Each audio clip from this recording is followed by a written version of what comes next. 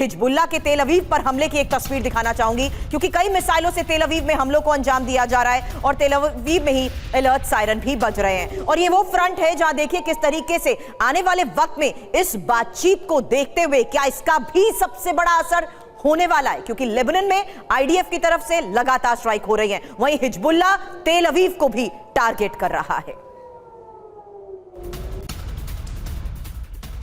और लेबनान में आईडीएफ ने विध्वंसक हमला जारी रखा है। हवाई हमले के बाद नबाती इलाके में तबाही हुई है, रिहायशी इलाके में भीषण अटैक, मलबे में तब्दील हुई कई इमारतें।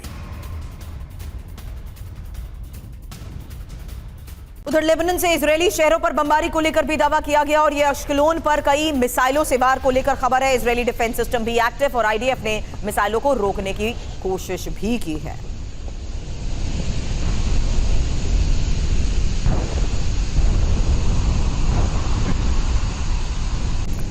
और देखिए उत्तरी इराक के इरबिल में ड्रोन से हमला हुआ है, यह जानकारी सामने आ रही है और अमेरिकी सैन्य बेस पर ड्रोन से यह अटैक किया गया है। ड्रोन हमले में भीषण तबाही की खबर सामने आ रही है।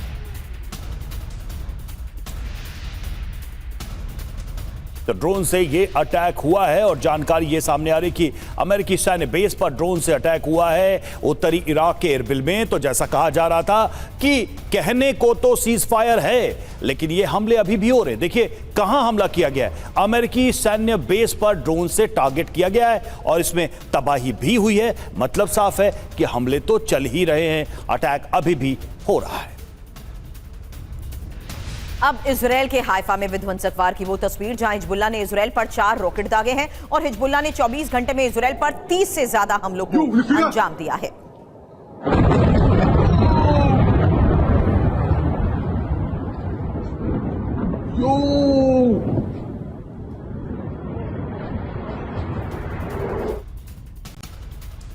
और वार्ता से पहले अब्बास अराक्ची का बड़ा बयान आया है, लेबनान पर हमला हुआ तो टूट जाएगा सीज फायर, ये अराक्ची ने कहा है। लेबनान को सीज फायर में शामिल किया जाए, अराक्ची का यह कहना है। हर हाल में जंग जारी रखना चाहते हैं नेतन्याहू। अराक्ची ने नेतन्याहू पर भी आरोप लगाया है।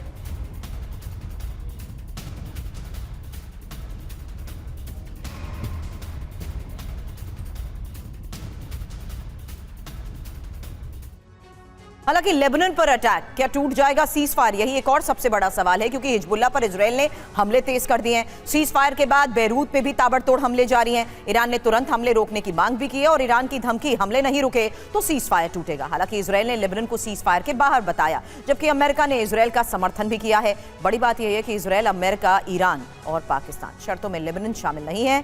और देखिए किस तरीके से लेबनान में शांति होगी तभी वार्ता लेबनान के नाम पर क्या ये धोखा। तिवारी सर, यही एक सबसे बड़ा सवाल, क्योंकि ये एक साफ हो चुका है कि किस स्तर पर आने वाले वक्त में बातचीत से पहले भी शर्तें रखी जा चुकी है। एक और बड़ी खबर सर लेनी है, उसके बाद करते हैं आपसे सवाल। रवि। बिल्कुल, और देखिए ईरान की फोर्स न्यूज के हवाले से दोहा का दावा सामने आया, शांति वार्ता में हिस्सा नहीं लेगा पाकिस्तान। दोहा न्यूज की तरफ से कहा गया लेबनान में शांति तक अमेरिका से बात नहीं। ईरान की तरफ से ये कहा जा रहा है ईरान का डेलीगेशन अब तक पाकिस्तान नहीं पहुंचा है। दोहा न्यूज के हवाले से ये जानकारी सामने आ रही है। अमेरिकी अखबार ने दिया है डेलीगेशन के पहुंचने का दावा।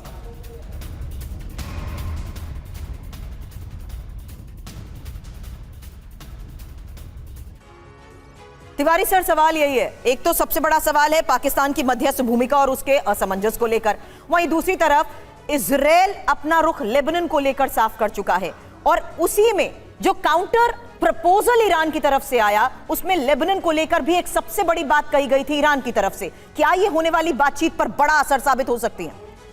सुरभि, देखिए बातचीत तभी होती है कि जबकि ऑनेस्टी हो इनके अप्रोच में। सबकी नीयत साफ होनी चाहिए, अमेरिका की भी, ईरान की भी। जहाँ तक अमेरिका का सवाल है, अमेरिका भी डेस्परेट था युद्ध विराम के लिए, ईरान भी डेस्परेट था, लेकिन जिस तरीके से कन्फ्यूजन किया इजराइल और पाकिस्तान ने, जो न्यूट्रल बेस जहाँ पर वार्ता होती चाहिए उसमें कुछ सेंसिटिविटी होनी चाहिए, उसकी कुछ औकात होनी चाहिए, क्षमता कुछ बात करनी चाहिए। पाकिस्तान एक बहुत गलत चॉइस थी ऑलरेडी। ये वार्ता शुरू होने के पहले उसके मिनिस्टर ने क्या स्टेटमेंट दिया कि इजराइल सबसे बड़ा दुश्मन है और इंडिया बड़ा दुश्मन है। उसके बाद इजराइल का अपना अलग ऑब्जेक्टिव है, उसका मेन मिलिट्री ऑब्जेक्टिव था सदर्न लेबनान को अपने बफर जोन बनाने के चक्कर में उसको पूरा कब्जा करना। लितानी रिवर के साउथ वाला पोर्शन जो सबसे बढ़िया एग्रीकल्चर लैंड है उसके कब्जे में है और इजराइल के काम में आएगा। तो जब तक इजराइल का ये मकसद पूरा नहीं होगा वो युद्ध वो नहीं मानेगा। अब जिस तरह से कंफ्यूजन क्रिएट किया गया अमेरिका के प्रेसिडेंट वाइस, लेकिन इसी कंफ्यूजन में क्या आपको लगता है इस बातचीत की शुरुआत में प्रॉक्सीज पर पूरे कंट्रोल की जो बात अमेरिका कह चुका था अपने प्रस्ताव में, वहीं ईरान ने भी ये रुख साफ कर दिया था कि किस तरीके से उसके प्रॉक्सीज को टारगेट किया जा रहा है, उसको लेकर बातचीत पर असर हो सकता है? हाँ, सिर्फ यही बात पे आ रहा था। जहां तक इजराइल कहता है कि हम तो मकसद थे ही नहीं। अमेरिका के वाइस प्रेसिडेंट कह रहे थे कि जहां तक इजराइल और लेबनान का है वो शांति वार्ता का एक कारण वो नहीं है, उसमें इंक्लूडेड नहीं है। लेकिन पाकिस्तान ने ईरान को क्या बताया था?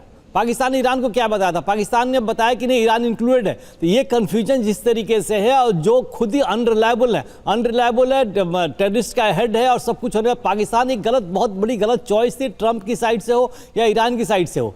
ये वार्ता किसी मजबूत देश में होनी चाहिए थी जो टफ स्टैंड ले सके और उसकी बातें लोगों मान सके। अब जहाँ तक इजराइल का सवाल है, बिना इजराइल को अपने पक्ष में लेते हुए, इजराइल की जो इजराइल की अपने इंटरेस्ट है उसका इंटरेस्ट का ध्यान रखते हुए ये शांति वार्ता को सफल होना बहुत ही मुश्किल लग रहा है।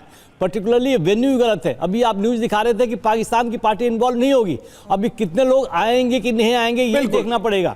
अभी जिस और सर देखिए, इसमें सब पे बट्टा लगाने वाला काम तो पाकिस्तान के बड़े नेता नहीं कर दिया बयान देकर कि भाई इजराइल ये है, वो है, कैंसर है, फलाना है, ढिमका है। एक होस्ट अगर यही एटीट्यूड लेके चल रहा है तो उस बैठक का माहौल क्या होगा, वो बैठक कैसे होगी? इजराइल खुद ही जो है पाकिस्तान पे ट्रस्ट नहीं कर रहा है, तो बहुत सारे सवाल तो अभी से ही पैदा हो गए।